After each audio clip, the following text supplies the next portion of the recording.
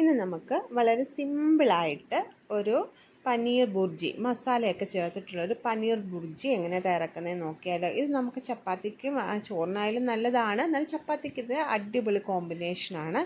ഇത് നമ്മളുടേതായ രീതിയിൽ ചെറുതായിട്ട് മസാലസൊക്കെ ചേർത്ത് സിമ്പിളായിട്ട് തയ്യാറാക്കുന്നതാണ്.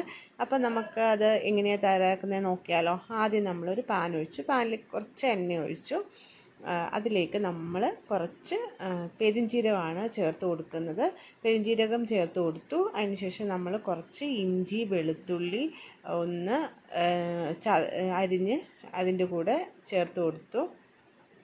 പിന്നെ ആവശ്യത്തിന് സവാളയുടെ എണ്ണം നിങ്ങൾക്ക് കൂട്ടിയോ കുറച്ചൊക്കെ ചേർത്ത് കൊടുക്കാം. അപ്പം അതുകൂടി ഒന്ന് ഇട്ടതിന് ശേഷം ഒന്ന് വഴറ്റിയെടുക്കുക.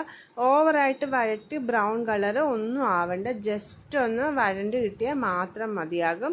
ആ ഒരു സമയത്തേക്ക് നമ്മൾ കുറച്ച് പനീർ എടുത്ത് ഒന്ന് പൊടിച്ച് വെക്കുക. കൈ വെച്ചിട്ട് ഒന്ന് പൊടിച്ച് എടുത്തിരുന്നാൽ മതിയാകും, അല്ലെങ്കിൽ ചെറിയ ചെറിയ പീസസ് ആക്കി എടുത്താലും മതി. ഇതാകുമ്പോൾ കുറച്ചുകൂടി എളുപ്പമായിരിക്കും. പിന്നെ നമ്മൾ നേരത്തെ നമ്മുടെ സവാള വരേണ്ടതിലേക്ക് നമ്മൾ തക്കാളിക്ക, അത് അത്യാവശ്യം വലുപ്പമുള്ള ഒരു തക്കാളിക്കയും കൂടി ചേർത്തിട്ടുണ്ട്. ഇനി നമ്മൾ മസാലസാണ് ചേർക്കുന്നത്.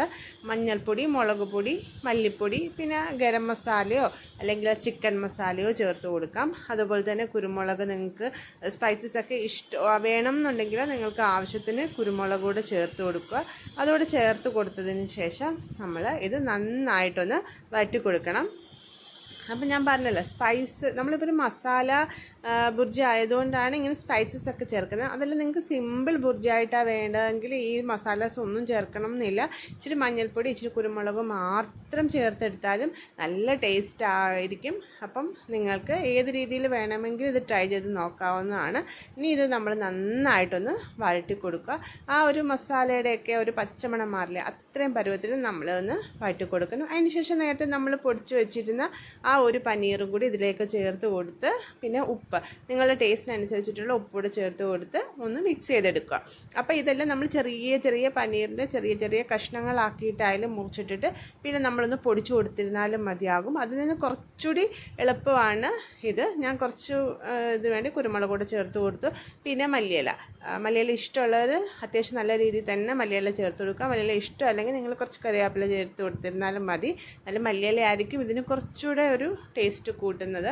അതിനുശേഷം നന്നായിട്ട് ഒന്ന് വഴറ്റിയെടുക്കുക. ഇത് ഓവറായിട്ട് ഡ്രൈ ആക്കി എടുക്കരുത്, കുറച്ചൊരു ജ്യൂസി കൺസിസ്റ്റൻസി തന്നെ ഇതെടുക്കാൻ നോക്കുക. പിന്നെ ഇത്ര ഓയിൽ വേണ്ടെങ്കിൽ നിങ്ങൾക്ക് ഇനി ഓയിൽ കുറച്ചിട്ടായാലും എടുക്കാം. അതൊക്കെ നിങ്ങളുടെ ടേസ്റ്റിനനുസരിച്ചിട്ട് എടുത്താൽ മതി. അപ്പോൾ നല്ല ടേസ്റ്റി ആയിട്ട് സിമ്പിളായിട്ട് പെട്ടെന്ന് നമുക്കിത് തയ്യാറാക്കി കിട്ടുന്ന ഒരു ഐറ്റമാണ്. എല്ലാവരും ട്രൈ ചെയ്ത് നോക്കിയിട്ട് ഫീഡ്ബാക്ക് അറിയിക്കണം. Okay, thank you.